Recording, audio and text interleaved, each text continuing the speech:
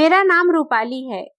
मैं एक IT company में जॉब करती हूँ। मेरी उम्र 25 साल की है। हमारी ही कंपनी में काम करने वाला अमर मुझे पसंद करने लगा था। हम दोनों साथ में ही काम करते थे और काफी वक्त एक दूसरे के साथ बिताए थे। मुझे अमर पसंद आने लगा था।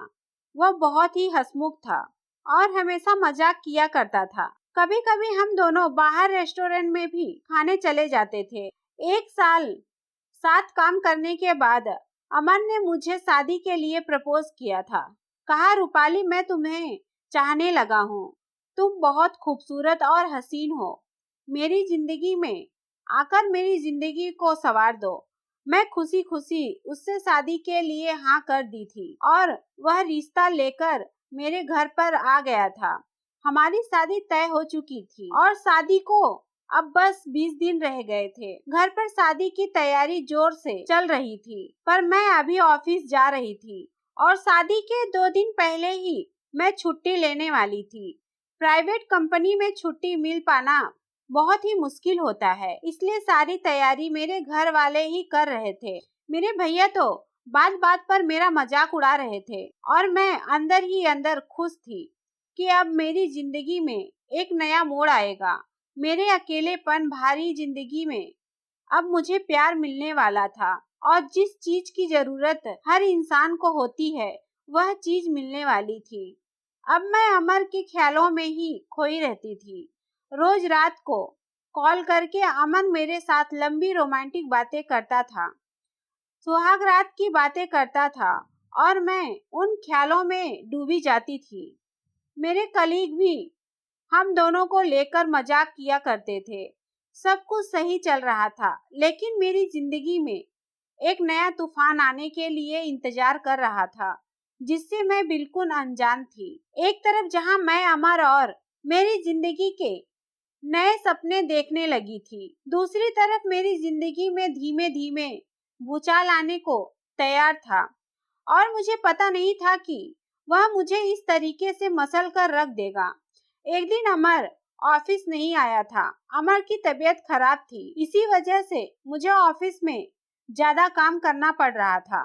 काम खत्म होते होते रात के 10 बज चुके थे और ऑफिस में नहीं रह सकती थी। मैंने तुरंत अपना पर्स लिया और बाहर निकल गई। फिर मैं सड़क पर ऑटो का इंतजार करने लगी थी, लेकिन तभी मौसम खराब होने लगा और बारिश शुरू हो गई।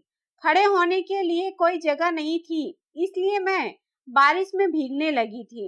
इतनी रात हो जाने के कारण मुझे ऑटो नहीं मिल पा रही थी और मैं खड़ी खड़ी परेशान होने लगी थी। मैं बुरी तरीके से भीग चुकी थी। तभी मेरे सामने एक बड़ी सी कार आकर खड़ी हो गई। कार की खिड़की से एक नौजवान ने कहा, गाड़ी के अंदर आ जाओ। मैंने उसे देखा तो मैंने उसे पहचान लिया। यह मेरे ऑफिस का नहीं था, बल्कि मेरे सामने वाले ऑफिस में काम करता है। कई बार लिफ्ट में आते जाते मैंने उसे देखा है। जब भी लिफ्ट में मैं उसके साथ अकेले होती हूँ तो वो मेरी तरफ चोरी छिपे देखता रहता है। एक बार मैं ऑफिस के बाद ऑटो का इंतजार कर रही थी कि तभी यह नौजवान मेरे पास आ गया और मुझे लिफ्ट ऑफर किया था। पर तभी उधर से अमर अपनी बाइक लेकर आ गया था और मैं उसके साथ चली गई थी। वह लड़का अपनी कार से मुझे और अमर को काफी देर तक फॉलो किया था और आज अमर भी नहीं है और यह लड़का मुझे लिफ्ट ऑफर कर रहा है। मैंने बस उसे देखा है, कभी बात नहीं की हूँ। अजनबी से लिफ्ट लेना सही नहीं लग रहा था मुझे। यह सोचकर मैंने उसे ना कर दिया, कहा थैंक यू, मैं ऑटो का इंतजार कर रही हूँ। इतने में वह नौजवान भागता हुआ बाहर निकल आया, कहने लगा, रात के 11 बज चुके हैं। इतनी रात को तुम्हें ऑटो नहीं मिलेगा क्योंकि मौसम इतना खराब है। तुम मेरे साथ चलो। मेरे जवाब का इंतजार करने लगा। थोड़ा सोचकर समझकर मुझे लगा कि इसकी मदद लेनी चाहिए और उसके साथ मैं उसकी गाड़ी में बैठ गई। उसने कहा, तुम तो बुरी तरीके से भीग चुकी हो। मेरा घर सामने ही है, चलो पहले अपने कपड़े बदल लो, फिर मैं तुम्हें ड्रॉप कर दूंगा। मैं ठंड से कांपने लगी थी। वो मुझे अपने घर लेकर चला आया और तुरंत ही मुझे एक टॉवल पकड़ा दिया। उसके बाद वह अपने कमरे में लेकर आ गया और अपना एक शर्ट पैंट मुझे दिया, कहा इसे पहन लो। वह कमरे से बाहर चला गया था। मैं अपने जिस्म को पोंछ ही रही थी, तभी मुझे सामने पड़ा हेयर ड्रायर नजर आया। मैंने सोचा पहले अपना बाल सुखा लेती हूँ, क्योंकि मेरा सिर गीला रहे तो मुझे बहुत ही परेशानी होती है। बाल सुखाते सुखाते थोड़ा टाइम लग गया। फिर मैं अपने गीले कपड़े उतार कर अपने शरीर को पोंछने लगी कि तभी वह लड़का कमरे के अंदर आ गया। उस वक्त मैंने कुछ भी नहीं पहना हुआ था। उसने मुझे उस हाल में देख लिया। एक पल तो वह मुझे देखता ही रह गया, लेकिन अगले ही पल सॉरी करके दरवाजा बंद कर दिया। मेरी हालत तो बहुत खराब हो चुकी थी। एक नौजवान लड़के ने मुझे इस हाल में देख लिया। मैंने तुरंत शर्ट पहन लिया, लेकिन उसका पैंट मुझे नहीं हो रहा था, तो मैंने टॉवल लपेट लिया। उसके बाद जब मैं बाहर निकली तो उसने कहा, आई एम सॉरी, मैं तो दरवाजा नॉक करके आया था, तुमने जवाब क्यों नहीं दिया? मुझे ध्यान आया कि उसने दरवाजा नॉक किया था। मैं इतनी डिस्टर्ब थी कि कुछ कह नहीं पाई। जो भी कुछ था मेरी ही गलती थी, मेरा ही ध्यान कहीं और था। मैंने कहा, तुम्हारी पैंट मुझे नहीं आ रही है। उसने कहा, तुम्हारे कपड़े वॉशिंग मशीन में डाल देते हैं, इसमें पूरी तरीके से कपड़ा सूख जाता है, आधा घंटा लगेगा, उसके बाद अपने कपड़े पहनकर तुम आराम से घर जा सकती हो। उसने मेरे कपड़े सूखने को डाल दिए, फिर कहा, चलो कुछ खाना बनाता हूँ, खा लेना। हम दोनों किचन में चले गए और वह ऑमलेट और चाय बनाने लगा। खाना तैयार करके हम दोनों खाने लगे थे। वह लड़का मेरी तरफ देखे जा रहा था। तभी मुझे ख्याल आया कि मैंने अपनी शर्ट की ऊपर वाली बटन खुली ही छोड़ दी है और वह मेरे जिस्म को देख रहा था। जैसे ही मुझे इस बात का एहसास हुआ, वह मेरे बिल्कुल करीब आ गया। वो मेरी शर्ट के बटन को लगाने लगा था। तभी मेरी सांसें बहुत तेज हो गई और उसकी सांसें भी बहुत तेज चलने लगी। यह लड़का कितना हैंडसम है, मैं उसकी शक्ल ही देखे जा रही थी। उसने कहा, मैं तुम्हें एक पजामा दे देता हूँ, तुम इसे पहन लो, कहकर मेरे लिए एक पैजामा लेकर आ गया। मैं चेंज करने के लिए पैजामा लिए कमरे में आ गई थी, पर न जाने किन ख्यालों में थी। मैं दरवाजा बंद करना ही भूल गई और वहीं पर चेंज करने लगी। वह वहीं पर खड़ा होकर मुझे देख रहा था। मेरे पैजामा पहनने से पहले ही वह मेरे पास आ गया और मुझे अपनी बाहों में भरकर मेरे होठों को चूमने लगा।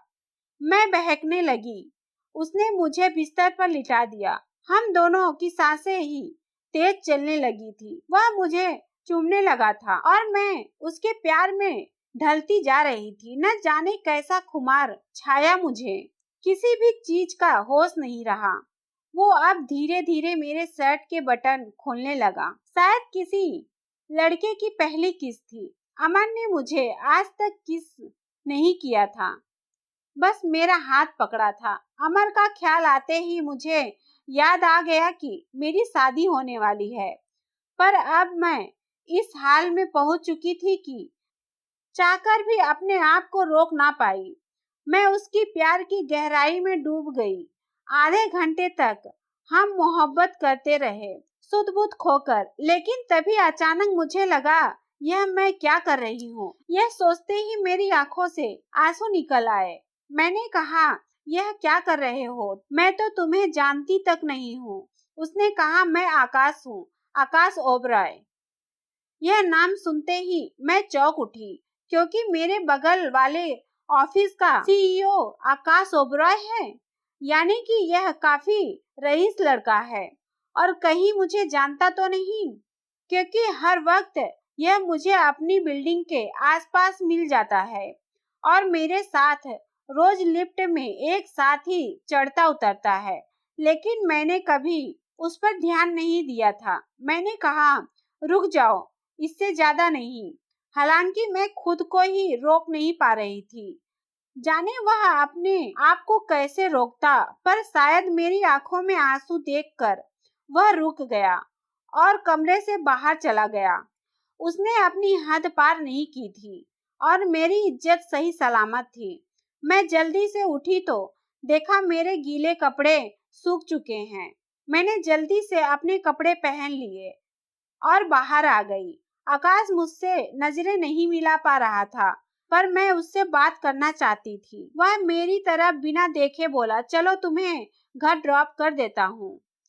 उसने 2 छाता ले लिया था और हम दोनों कार में बैठ गए। मैं चाहती थी कि आकाश मुझसे बात करे, जो कुछ भी हमारे बीच में हो चुका है उसके बारे में कुछ तो कहे, पर वह तो मुझसे नजरें तक नहीं मिला पा रहा था।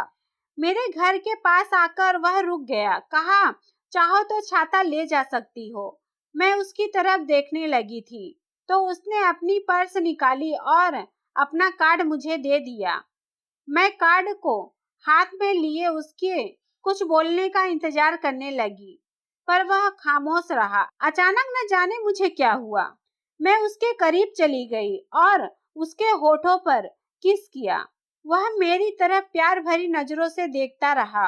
मैं कार से उतरकर अपने घर आ गई थी। अपने बेडरूम में जाकर आधे घंटे तो मैं यही सोचती रही कि आज क्या हो गया, लेकिन तभी उसका कार्ड मैंने देखा तो उसमें उसका फोन नंबर था। बिना सोचे ही मैंने उसके नंबर को डायल किया। आकाश ने फोन उठाया तो मैंने कहा, मैं रूपाली बोल रही हूँ, आज जो कुछ भी हुआ। उसने बात को काटते हुए कहा, मैं उसी के बारे में सोच रहा हूँ। अपने बेड पे लेटे लेटे उन यादों में खोया हुआ हूँ। यह मेरी जिंदगी का सबसे खूबसूरत लम्हा था। न जाने मेरे दिल को क्या हो गया था। यह कौन सा खिंचाव था कि मैं आकाश की ओर खिंची चली जा रही थी। उस वक्त मैं सो गई थी। अगले दिन जब मैं सुबह उठी तो मोबाइल लेकर आकाश को गुड मॉर्निंग मैसेज भेजा। आज शनिवार था और हमारी छुट्टी थी। इसका मतलब आकाश को देख नहीं पाऊंगी। तुरंत उसका रिप्लाई आया, आज क्या कर रही हो? मुझे आज शादी की शॉपिंग में जाना था, पर मैंने उसे लिखा कि मैं आज फ्री हूँ। यह मोहब्बत था या कुछ और, पता नहीं। उसने लिखा, मेरे घर पर लंच पर आ जाओ, 12 बजे तक आ जाओ, मैं लंच तैयार रखूंगा। मैंने घड़ी देखा तो 10 बज चुके थे। मैं जल्दी से तैयार हो गई। अपनी मम्मी पापा से कह दिया कि मैं अकेले शॉपिंग पे जा रही हूँ। आज मुझे अमर से मिलना है, लेकिन उससे पहले मैं आकाश से मिलना चाहती थी। जो कुछ भी हमारे बीच में हुआ था उससे मेरी जिंदगी में भूचाल आ चुका था।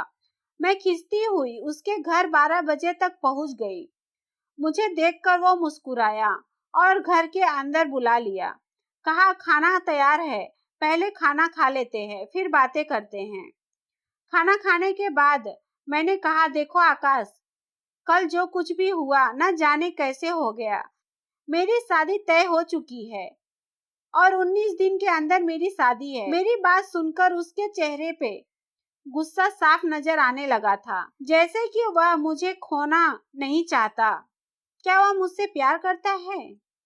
यह कहकर मैं वहां से जाने लगी थी कि उसने मेरा हाथ पकड़ लिया। कहा, अगर तुम्हारा इरादा बदल जाए तो मैं तुम्हारा यही इंतजार करूंगा। उसकी आंखों में मुझे अपने लिए मोहब्बत नजर आ रही थी। उसके एक स्पर्श से मेरे पूरे बदन में हलचल शुरू हो गई थी। मैं यूं कमजोर क्यों पड़ती जा रही हूँ? मैं तुरंत उसके करीब आ गई और उसे एक हग किया। वह पल मुझे बिल्कुल पागल कर रहा था। बहुत मुश्किल से उससे अलग होकर मैं बाहर निकल आई थी और अमर के साथ फिर शॉपिंग में बिजी हो गई। रात को मैं घर आई तो अमर का फोन आया, पर ना जाने क्यों अब उससे बात करने का मन बिल्कुल भी नहीं कर रहा था। वह रोमांस जो हमारे बीच में फोन में होता था उसमें मुझे मन नहीं लग रहा था। मैंने कहा, अमर, मैं बहुत थकी हुई हूँ, कल बात करते हैं, कहकर मैंने फोन रख दिया और फिर न जाते हुए भी मैंने आकाश को कॉल किया। आकाश ने फोन उठाते ही पूछा, आज क्या किया सारा दिन? मैंने कहा, मैं अमर के साथ शादी की शॉपिंग में बिजी थी। तुमने क्या किया?